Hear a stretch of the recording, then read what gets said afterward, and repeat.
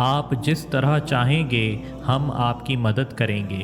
لیکن اس خوشی کے اظہار کے باوجود ان کے دلوں میں آپ صلی اللہ علیہ وسلم اور آپ کے صحابہ کرام رضی اللہ تعالی عنہم کے لیے بغض، حسد اور دشمنی تھی۔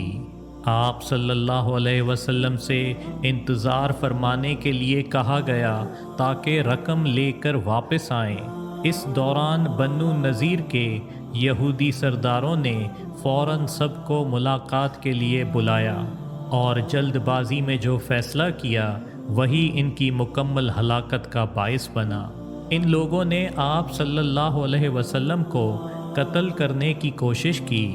دوران گفتگو جب بنو نذیر کے سردار ایک دوسرے کے ساتھ اکیلے تھے، کہنے لگے دوبارہ کبھی بھی ہم آپ صلی اللہ علیہ وسلم کو اتنی غیر محفوظ حالت میں نہیں پائیں گے، کیونکہ آپ صلی اللہ علیہ وسلم ان کے درمیان اکیلے تھے اور حفاظت کے لیے صرف چند صحابہ کرام رضی اللہ تعالی عنہم تھے۔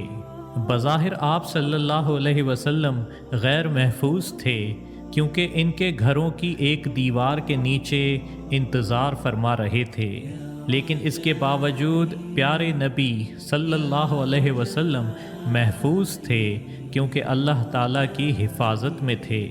بنو نذیر کے یہودی سردار ایک دوسرے سے کہنے لگے، کون ہے جو اس گھر کی چھت پر جائے اور اوپر سے آپ صلی اللہ علیہ وسلم پر بھاری پتھر گرا دے اور ہمیں ان سے دوبارہ معاملات طے کرنے سے بچا لے۔ عمر بن جہاش بن کعب اس برے کام کے لیے راضی ہو گیا اور کہا، میں اس کام کے لیے بہترین شخص ہوں۔ عمر بن جہاش فوراً دیوار پہ چڑھ گیا۔ اس دوران رسول صلی اللہ علیہ وسلم کچھ صحابہ رضی اللہ تعالی عنہم کے ساتھ دیوار کے دوسری طرف تشریف فرما تھے۔ ان صحابہ کرام میں حضرت ابو بکر صدیق، حضرت عمر اور حضرت علی رضی اللہ تعالی عنہم بھی شامل تھے۔ اللہ تعالیٰ نے بنو نذیر کے سرداروں کی سازشوں کی خبر وحی کے ذریعے آپ صلی اللہ علیہ وسلم کو دی اور عمر بن جہاش کے کچھ نقصان پہنچانے سے پہلے آپ صلی اللہ علیہ وسلم وہاں سے تشریف لے گئے اور باحفاظت مدینہ پہنچ کے صحابہ رضی اللہ تعالی عنہم کو بنو نذیر کی اس وعدہ خلافی اور دھوکے کے بارے میں بتایا۔ اس واقعے سے پہلے بھی بنو نذیر کے سردار کافی دفعہ رسول صلی اللہ علیہ وسلم سے دشمنی کا اظہار اور مسلمانوں کے ساتھ معاہدے کی خلاف ورزی کر چکے تھے، لیکن اب وہ حد سے بڑھ گئے تھے، تو اس بار سزا بھی جرم کے مطابق دی گئی تھی۔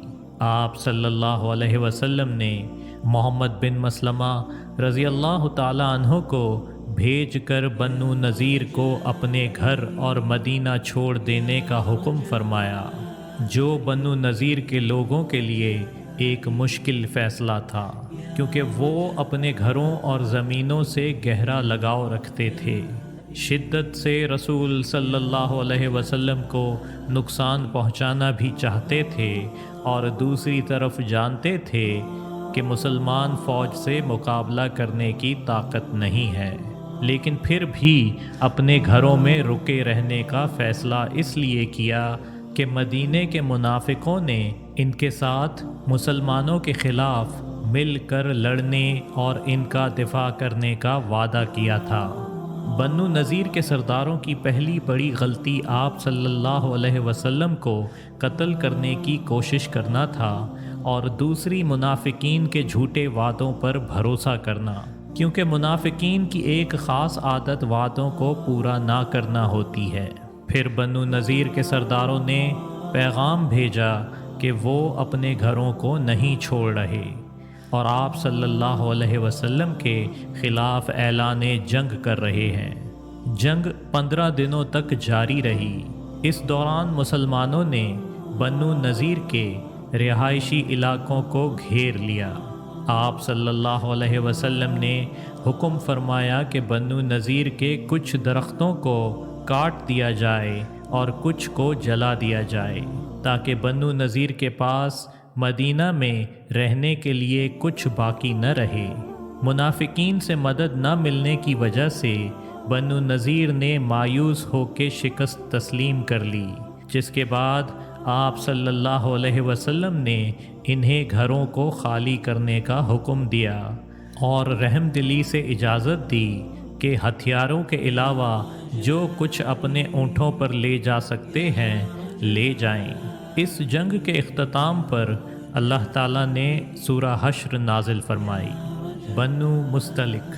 جب قبیلہ بنو مستلق نے مدینہ پر حملہ کرنے کا ارادہ کیا، یہ خبر ملتے ہی اس سے پہلے کہ بنو مستلق مسلمانوں پر حملہ کرتے، آپ صلی اللہ علیہ وسلم ایک چھوٹی فوج کے ساتھ ان پر حملہ کرنے کے لیے روانہ ہو گئے۔ جب بنو مستلق کے علاقے میں پہنچے تو آپ صلی اللہ علیہ وسلم نے مہاجروں کا جھنڈا حضرت ابو بکر صدیق رضی اللہ تعالیٰ عنہ کو دے دیا، یا ایک روایت کے مطابق حضرت عمار بن یاسر رضی اللہ تعالیٰ عنہ کو دیا، اور انصار کا جھنڈا حضرت سعد بن عبادہ رضی اللہ تعالیٰ عنہ کو دیا۔ اس دن حضرت عمر رضی اللہ تعالیٰ عنہ نے حضور اکرم صلی اللہ علیہ وسلم کی طرف سے خطاب کرتے ہوئے بنو مستلق کے قبیلوں کو ایمان کی دعوت دی کہ اگر اس کو مان لو کہ اللہ تعالیٰ کے علاوہ کوئی عبادت کے لائق نہیں تو تمہارے جان و مال محفوظ رہیں گے۔ لیکن بنو مستلق کے لوگوں نے انکار کر دیا اور مسلمانوں پر تیر اندازی شروع کر دی۔ رسول صلی اللہ علیہ وسلم نے اپنے صحابہ کرام رضی اللہ تعالی عنہم کو اس اتحاد سے مقابلہ کرنے کا حکم دیا جیسے ایک جان ہوں۔ صحابہ کرام رضی اللہ تعالی عنہم نے آپ صلی اللہ علیہ وسلم کے حکم پر لبیک کہا اور تھوڑی ہی دیر میں مختلف لشکروں کو شکست دے دی۔ مسلمانوں کی یہ فتح اتنی زبردست تھی کہ بنو مستلق قبیلے کا ایک بھی آدمی بچ کر بھاگ نہیں سکا، بلکہ 10 مارے گئے اور باقیوں کو قیدی بنا لیا گیا، اور مسلمانوں میں صرف ایک صحابہ رضی اللہ تعالی عنہ شہید ہوئے۔ الخندق اور بنو قریظہ، دونوں غزوات میں حضرت ابو بکر صدیق رضی اللہ تعالی عنہ ہر لمحے رسول صلی اللہ علیہ وسلم کے ساتھ رہتے۔ مدینہ کی سرحد پر آپ صلی اللہ علیہ وسلم نے باقی صحابہ رضی اللہ تعالی عنہم کی طرح خندق کھودنے کے لیے بہت محنت و مشقت کی تاکہ ابو سفیان اور قریش کے لشکر مدینہ میں داخل نہ ہو سکیں۔ خندق کی کھدائی کا وقت بہت اہم تھا کیونکہ کفار مکہ کی فوج بہت تیزی سے قریب آ رہی تھی۔